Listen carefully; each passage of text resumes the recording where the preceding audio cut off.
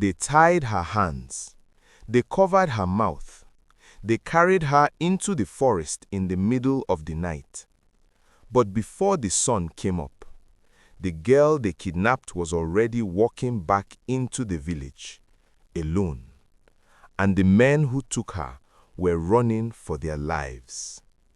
This is the story of how one girl outsmarted the people who tried to steal her future. In a quiet village called Okoloma, people believed the forest had ears. They believed every path remembered the footsteps that walked on it. And they believed one thing more. If trouble enters a village, it never comes alone. A girl named Ada lived there. Ada was 16. She was not the strongest girl. She was not the richest girl. But she was known for one thing. Ada listened.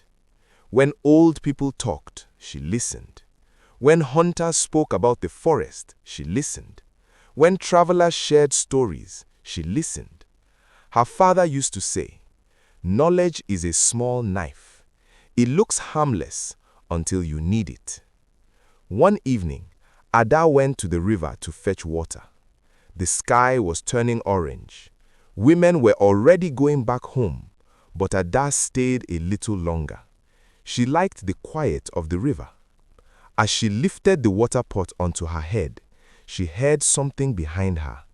Footsteps. Before she could turn, a rough hand covered her mouth. Another grabbed her arms. A voice whispered harshly, "Don't shout, walk quietly." Two men, strangers. Their faces were wrapped with cloth. They pushed her toward the forest path. Ada's heart began to beat very fast, but she remembered something her father once told her. Fear can make you foolish. Stay calm first.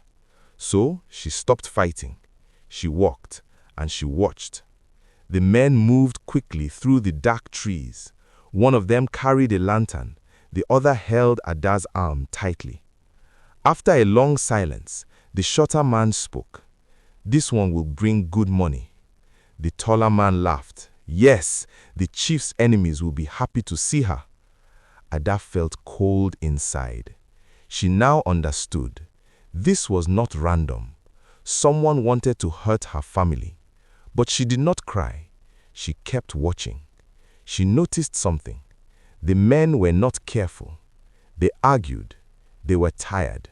And they did not know the forest well. Ada did. She had followed hunters many times when she was younger. She knew the paths. She knew the sounds. And she knew something else. The forest could help you if you respected it. After walking for a long time, they stopped near a big tree. The shorter man dropped a small bag and sighed. "I'm tired. Let's rest." The taller one nodded. They tied Ada's hands with rope and pushed her to the ground. "Try to run and the forest will eat you." They both laughed. Soon they began eating roasted cassava. Ada looked at the rope. It was tight, but old, and her hands were small. Slowly, very slowly, she moved her wrists. The rope scratched her skin, but she kept moving, little by little, little by little. Then suddenly, the shorter man looked at her. "What are you doing?" Ada froze. The man stood up and walked closer. Her heart almost stopped, but then Ada did something unexpected. She started crying loudly. "Please," Ada sobbed, "I'm thirsty. I haven't had water since the river." The men looked at each other. The shorter one rolled his eyes. Girls and their crying. But the taller man sighed and took a small bottle. He knelt in front of her. "Drink." As he held the bottle to her mouth, Ada whispered softly, "My mother will think I am dead." The tall man paused. For a moment, something changed in his face. "My mother cried like that once," Ada said quietly, "when my brother did not come home from the farm." The forest went silent. Then the man quickly stood up. "Enough talking," he said harshly, but his voice was not as strong as before. Ada had seen it, a crack in his heart. Later that night, the men began to feel sleepy. The lantern light became dim. The shorter man lay down first. "Wake me before dawn," he mumbled. Soon he was snoring. The taller man tried to stay awake, but his eyes kept closing.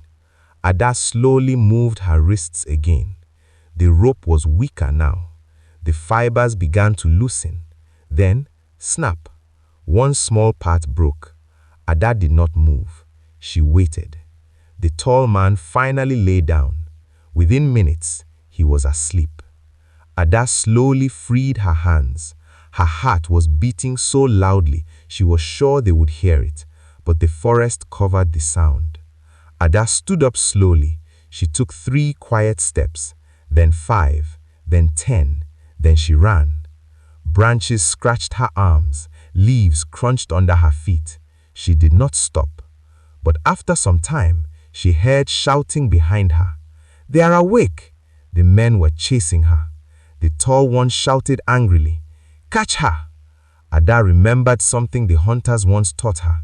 Never run straight when someone is chasing you. So she turned suddenly into a narrow animal path. Then she stepped into a muddy stream. She walked inside the water for a long distance. Then she climbed out and ran again. The men's voices became faint, then gone. Before sunrise, Ada reached the edge of the village. Her legs were shaking, her clothes were torn, but she kept walking. A farmer named Papa Naji saw her first. His eyes widened. "Ada!" The whole village soon gathered around her. Her mother pushed through the crowd and grabbed her tightly. "Ada, my child, where did they take you?" Ada hugged her mother and whispered, "They thought I was weak." Her mother pulled back and looked into her eyes.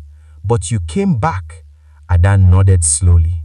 "I listened like Papa always taught me." Her mother began to cry again, but this time they were tears of relief. The villagers went into the forest that same morning, but the kidnappers were gone. They had run far away.